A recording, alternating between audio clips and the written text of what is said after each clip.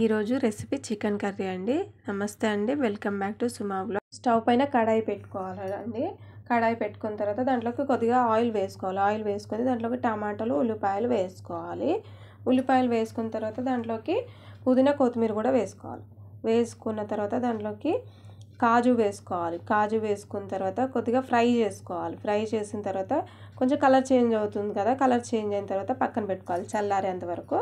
తర్వాత దాంట్లోకి మిక్సీ జార్లోకి తీసుకోవాలండి. అంతా బ్లెండ్ చేసుకోవాలి మసాలా లాగా. పేస్ట్ కొద్దిగా వాటర్ వేసుకుంటే వేసుకోవచ్చు, లేదంటే గట్టిగా పేస్ట్ లాగా చేసుకోవాలి.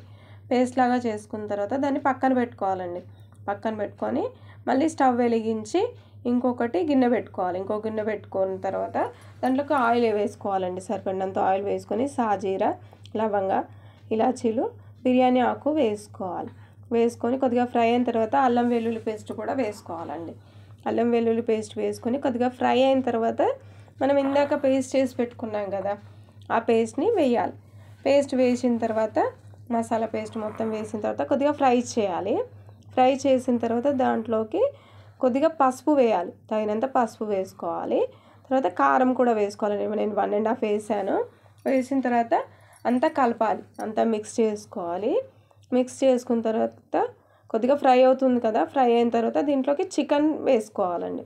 చికెన్ కడిగి పెట్టుకున్నాం కదా, చికెన్ వేసుకోవాలి. చికెన్ కొద్దిగా ఫ్రై అయిన తర్వాత దాంట్లోకి 1.5 సాల్ట్ వేసుకోవాలండి. 1.5 టీ స్పూన్ సాల్ట్ వేసుకోవాలి. సాల్ట్ వేసుకొని అంతా మిక్స్ చేసుకోవాలి. మళ్ళీ మిక్స్ చేసుకున్న తర్వాత మళ్ళీ దానిపైన మూత పెట్టాలండి కొద్దిసేపు. ఆయిల్ అంతా పైకి వస్తుంది. వచ్చిన తర్వాత దాంట్లోకి కొద్దిగా పెరుగు వేసుకోవాలి సరిపడినంత. మీకు ఎంత గ్రేవీ కావాలనుకుంటున్నారో అంత వేసుకోవాలి. వేసుకున్న తర్వాత అంతా మళ్ళీ కలుపుకోవాలండి. కలుపుకున్న తర్వాత వాటర్ వేసుకుంటే వేసుకోవచ్చు, నేనైతే వేయలేదు. తర్వాత దాంట్లోకి కొద్దిగా పచ్చిమిర్చి వేసుకోవాలి, ఒక 4 సరిపోతాయి. తర్వాత గరం మసాలా వేసుకోవాలి. గరం మసాలా వేసుకున్న తర్వాత దాంట్లోకి కస్తూరి మేతి కూడా వేసేసుకోవాలండి. వేసేసుకొని అంతా మిక్స్ చేసుకోవాలి. కొద్దిగా ఉడికేంత వరకు అంతా మిక్స్ చేసేసుకోవాలి. మిక్స్ చేసుకున్న తర్వాత కొద్దిగా మూత పెట్టుకోవాలి కొద్దిసేపు. తర్వాత ఉడికిపోతుందండి, చాలా ఫాస్ట్గా అవుతుంది కర్రీ. ఉడికిన తర్వాత పక్కన తీసి పెట్టుకోండి. సర్వింగ్ బౌల్లోకి తీసుకోండి. కొత్తిమీర వేసేసుకున్న తర్వాత సర్వింగ్ బౌల్లోకి తీసుకోండి. చాలా టేస్టీగా ఉంటుందండి ఈ కర్రీ. ఇలా ట్రై చేయండి ఒకసారి. మీకు కనుక నచ్చితే ఈ రెసిపీ లైక్, షేర్, సబ్స్క్రైబ్ చేయండి.